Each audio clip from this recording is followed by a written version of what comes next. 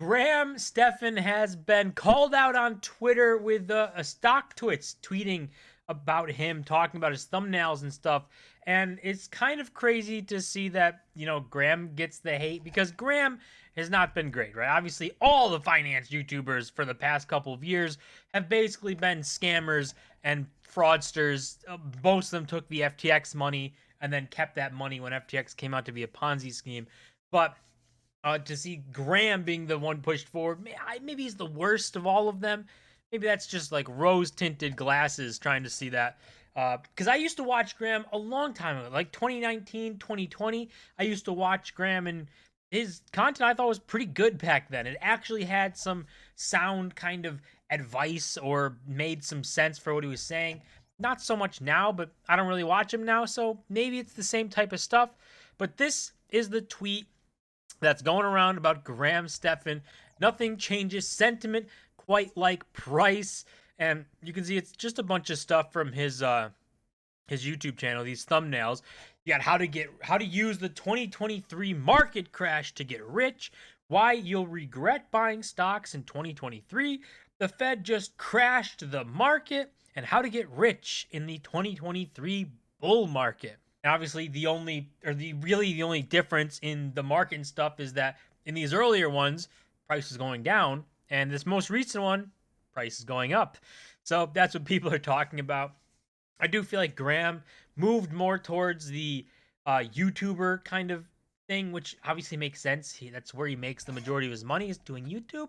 So you're gonna do what gets the most amount of views, and this is what gets the most amount of views. So he's gone more full like YouTuber instead of maybe doing what he actually thinks is the right thing to do, which is kind of dumb because even if you want to do the YouTube stuff, you should still probably hold true to your values, unless Graham doesn't have those values and he really doesn't care about like index funds or investing or buying things when the market is going down, because that's what the video should have been, right? It should have been get rich in this 2023 bear market where you're buying on the way down.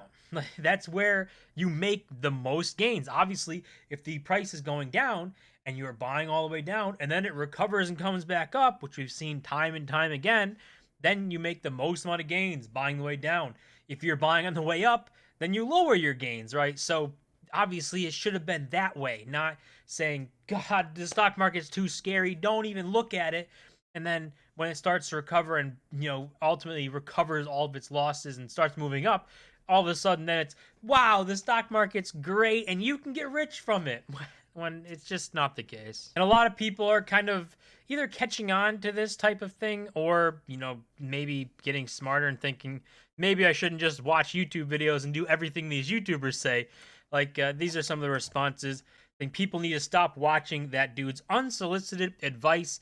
Isn't he a realtor? This one of the biggest grifters out there. By the time Graham is Cardone's age, don't even want to imagine that version, but at least he is better than Rich Dad, Poor Dad. So obviously not really the group of people you want to be included in if you're Graham.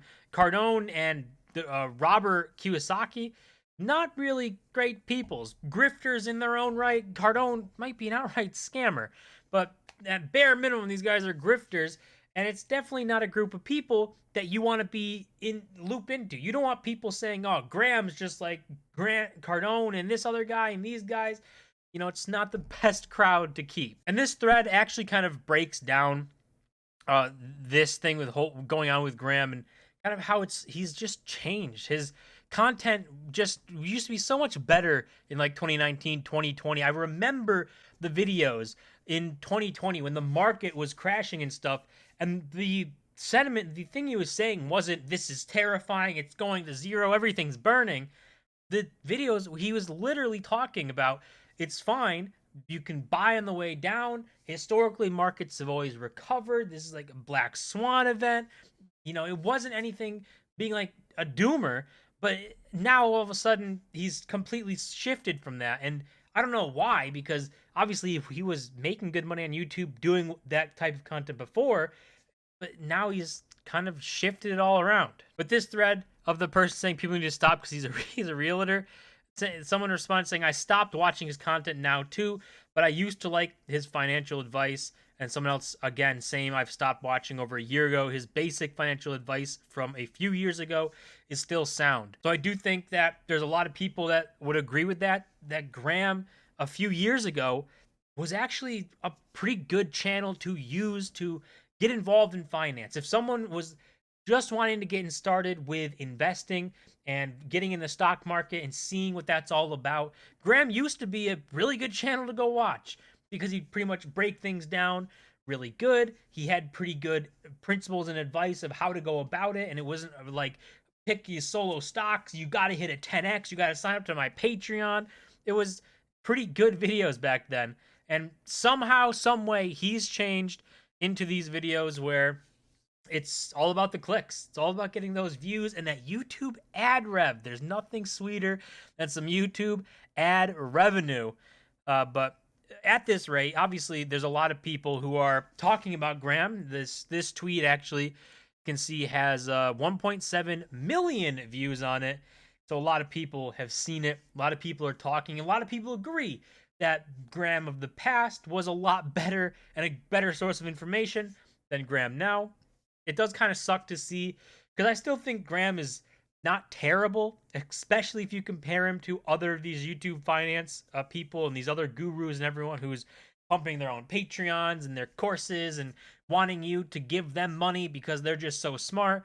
I don't think he's on that level. You know, he's not gone down that rabbit hole. Maybe he will, but he has definitely moved towards being a YouTuber and not, you know, making or talking about the best financial paths forward, which makes sense. Obviously, he is a YouTuber. We all are on here, and you want to get clicks, you want to get views, watch time, and clicking and talking about what makes good investments and how you can buy index funds and then use some of your portfolio to maybe buy mega cap stocks and do these things and use a super small percentage of it to speculate or something, then that's really boring. And there's only so many times you can make that video. Graham's done it a lot. He does make videos over and over and over again. That's one of the reasons that I stopped watching Graham, is just, it feels like once you've watched a Graham video, you've seen them all. They all are very similar. Obviously, the editing's very similar and everything.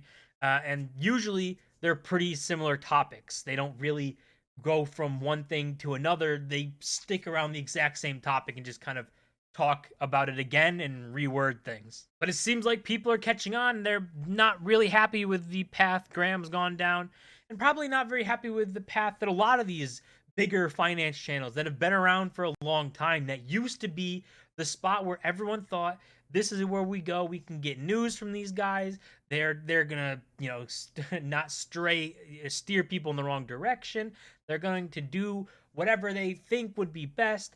And now we've kind of gone through 2020, 2021, the FTX stuff, that money, courses, Patreons, picking stocks, bankrupt stocks, losing money, 90% down.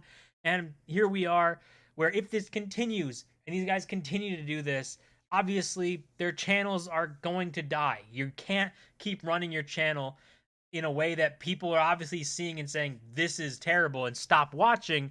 Eventually, you're going to run out of people to watch the channel. We'll see what happens. We'll see it all play out. But that's going to do it for this video. As always, don't forget to smash the like button and subscribe. And I'll see you guys in my next video.